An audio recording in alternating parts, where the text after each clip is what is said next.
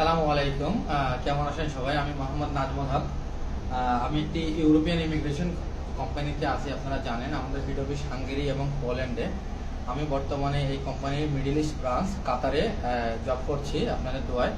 তো আজকে আমি আপনাদেরকে একটা বিষয় জানানোর জন্য আসলে ভিডিওটি তৈরি করছি, সেটা হচ্ছে ইউরোপ নিয়ে। আপনারা অনেকেই চাচ্ছেন এবং অনেকে আমাকে মেসেজ করছেন এবং বিভিন্ন ক্লায়েন্টের সম্মুখীন আমরা যেটা হচ্ছি যে খুব দ্রুত ইউরোপে যাওয়া যায় কিনা, খুব শর্ট টাইম 1 or 2 মান্থস, 1-2 মাসের মধ্যে। আসলে বিষয়টা হচ্ছে জানেন আপনারা, আমি বলি বারবার, আমি আমার নিজের অভিজ্ঞতা থেকে আমি আপনাদের বলছি, আসলে ইউরোপের বিষয়টা সম্পূর্ণ অনিশ্চিত। হ্যাঁ, এটা কখনো মিডল ইস্টের মতো আপনারা আশা করবেন না, বা মিডল ইস্টেও এখনো হয় না। আপনারা অনেকেই জানেন যে কাতারে, বিশেষ করে দুবাই বা সৌদি আরব আমরা যারা আসি তাদের কতটুকু সময় লাগে আপনারা জানেন। কোনো কোনো ক্ষেত্রে 4-5 মাসও সময় লেগে যায়।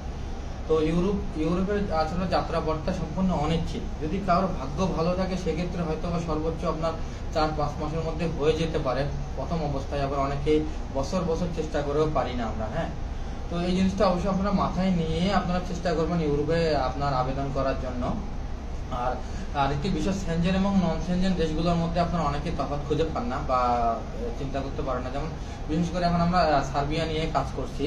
সার্বিয়া বিষয়টা যারা বাংলাদেশ এবং মিডল ইস্টের যে কোনো দেশ থেকে আবেদন করেন আপনাদেরকে অ্যাম্বাসি ফিস করতে হয় না।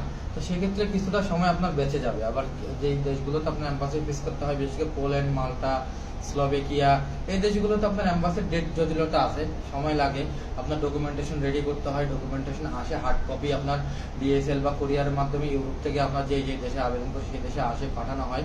তো সেক্ষেত্রে কিছুটা সময় বাড়তি লাগবে। এবং পোল্যান্ডের বিষয়টা তো আরও জটিল, এখানে যেহেতু ইলেকট্রনিক ড্র লটারি সিস্টেম, তো এখানে আরও বেশ কিছু সময় বাড়তেও লেগে যেতে পারে। যদিও আমরা আশা করছি সামনে সেটা কমে যাবে। তো এই সময়ের বিষয়টা আপনারা মাথায় নিয়েই আপনার ইউরোপের জন্য চেষ্টা করবেন। তো এই বিষয়টা আজকে আপনাদের জানানোর জন্য আমি ধরলাম। ধন্যবাদ। আসসালামু আলাইকুম সবাইকে। ধন্যবাদ।